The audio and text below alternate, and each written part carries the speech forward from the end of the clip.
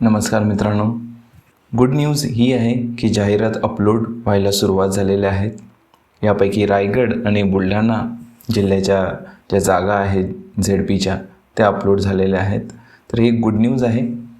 त्याचबरोबर एक जबाबदारीसुद्धा आहे की घाई करायची नाही आहे.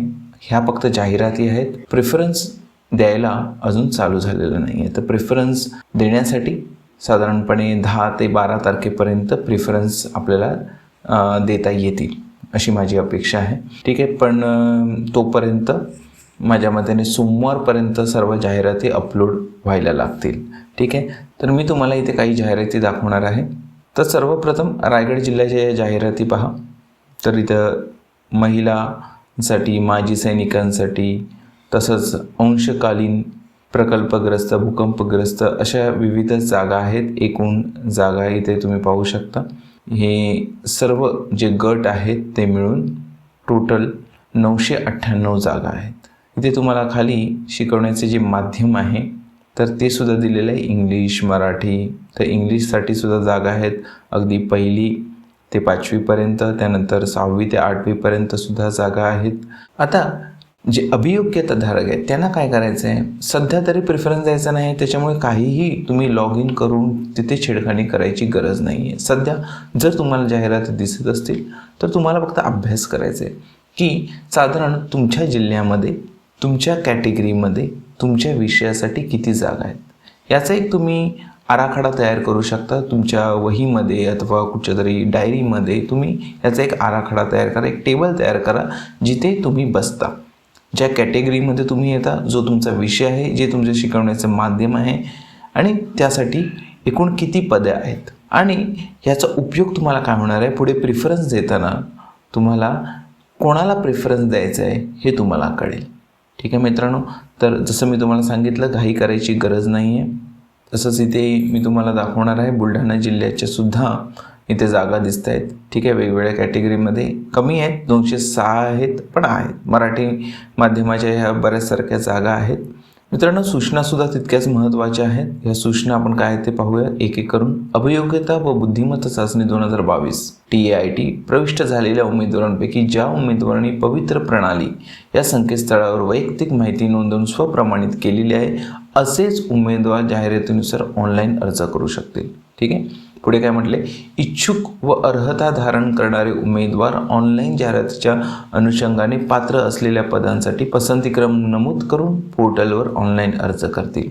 1ली ते 5वी तसंच इयत्ता 6वी ते 8वी या गटातील पदांसाठी अभियोग्यता व बुद्धिमत्ता चाचणी 2022 TAIT परीक्षेपूर्वी शिक्षक पात्रता TET CTET उत्तीर्ण असणारे उमेदवार अर्ज करू शकतील. डिसेंबर 2022 मध्ये CTET करता प्रविष्ट उमेदवारांचा निकाल मात्र TIT परीक्षेनंतर लागलेला असला तरी असे उमेदवार अर्ज करण्यास पात्र ठरतील. तर ही एक चांगली न्यूज आहे. डिसेंबर 2022 मध्ये जे उमेदवार होते ते सुद्धा अप्लाय करू शकते. 6वी ते 8वी या गटातील इतिहास, भूगोल, सामाजिक शास्त्र या विषयांसाठी उमेदवार शिक्षक पात्रता परीक्षा TET CTET सामाजिक शास्त्र विषय घेऊन TET पेपर 2 किंवा CTET पेपर 2 उत्तीर्ण असणे आवश्यक आहे. 6वी ते 8वी विज्ञान व गणित विषयांसाठी उमेदवार शिक्षक पात्रता TET CTET गणित विज्ञान विषय घेऊन उत्तीर्ण आवश्यक आहे. त्यानंतर काय म्हटले बघा, भाषा विषयांसाठी असेल तर TET CTET गणित विज्ञान किंवा सामाजिक शास्त्र यापैकी कोणताही विषय TET पेपर 2 CTET पेपर 2 उत्तीर्ण असणे आवश्यक आहे. हे कशासाठी आहे, भाषा.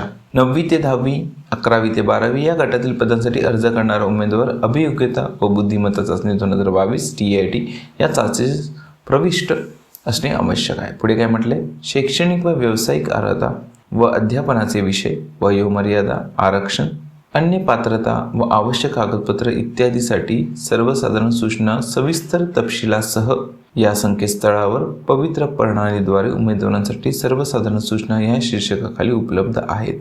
सदर सूचना व सूचनांमध्ये नमूद आवश्यक शासन निर्णय यांचे अवलोकन करून स्वतःची खात्री करून ऑनलाईन अर्ज करावेत. व्यवस्थापनाने जाहिरातीत दर्शविलेल्या एकूण पदांमध्ये दिव्यांग आरक्षणाच्या पदांचा समावेश आहे. व्यवस्थापनाने जाहिरातीत दर्शवलेल्या एकूण पदांमध्ये अनाथ आरक्षणांचा पदांचा समावेश आहे. ठीक आहे, तर हे सगळं त्यांनी इथे म्हटले कोणत्या कोणत्या कॅटेगरीसाठी आरक्षण आहे. पुढे काय म्हटले बघा, जिल्हा परिषदेच्या केंद्र शाळा स्तरावर केंद्रातील अन्य शाळांमध्ये शिक्षकांनी इंग्रजी भाषेच्या अध्यापनाचे तंत्र शिकवण्याकरिता नियुक्त करावयाच्या साधन व्यक्तीची निवडीसाठीची शिफारस शासन निर्णय 13/10/2023 मध्ये नमूद तरतुदी, निकष, प्राधान्यक्रम लक्षात घेऊन करण्यात येईल याची उमेदवारांनी नोंद घ्यावी. आता याचा जो क्रायटेरिया तो वेगळा असणार आहे, कदाचित परीक्षासुद्धा घेतील, ते त्यांच्या त्या GR मध्ये मेन्शन केलेलं आहे. जिल्हा परिषद शाळांमध्ये नव्याने नियुक्त होणाऱ्या शिक्षकांनी शासन निर्णय शालेय शिक्षण विभाग दिनांक 21 जून 2023 मधील तरतुदीनुसार जिल्हा बदलीचा हक्क असणार नाही.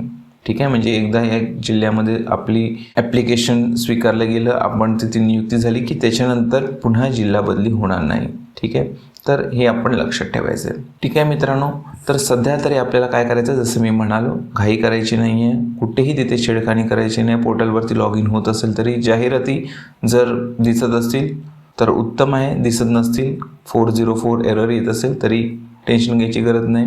सोमवारनंतर साधारण 10-12 तारखेला नोटीस येईलच आणि त्यानंतरच आपल्याला प्रेफरन्स द्यायचं आहे. त्या अगोदर जर जाहिराती तुम्हाला, जसं मी आता टेलिग्राम चॅनलवरती ह्या ज्या जाहिराती आहेत ते अपलोड करणार आहे, तिथून तुम्ही डाउनलोड करून साधारण एक अंदाज घेऊ शकता की तुमच्या कॅटेगरीमध्ये, तुमच्या गटामध्ये आणि तुमच्या विषयासाठी किती जागा आहेत. ठीक आहे, तर सध्या तरी एवढं तुम्ही एक आराखडा तयार करा तुमच्या वहीमध्ये अथवा डायरीमध्ये, आणि अजून जसं जाहिराती अपलोड होतील तसं तसं तो तुम्ही मॉडिफाय करत जा टेबल, आणि नंतर तुम्हाला एक अंदाज येईल, एक क्लिअर कट तुम्हाला कळेल की आपल्याला कुठच्या ZP कुठच्या जिल्ह्यामध्ये प्रेफरन्स द्यायचं आहे ते. ठीक आहे मित्रांनो, तर मित्रांनो व्हिडिओ आवडल्यास लाईक करा, तसंच तुमच्या शिक्षक होऊ पाहणाऱ्या मित्रांसोबत हा व्हिडिओ नक्की शेअर करा. चॅनलला सबस्क्राईब करा, बेल नोटिफिकेशन ऑन करा, जेणेकरून शिक्षक भरती संदर्भात अपडेट्स तुम्हाला वेळोवेळी मिळत राहतील. ठीक आहे मित्रांनो, तर पुढच्या व्हिडिओमध्ये भेटू नवीन अपडेट्ससहित. तोपर्यंत टेक केअर, बाय बाय.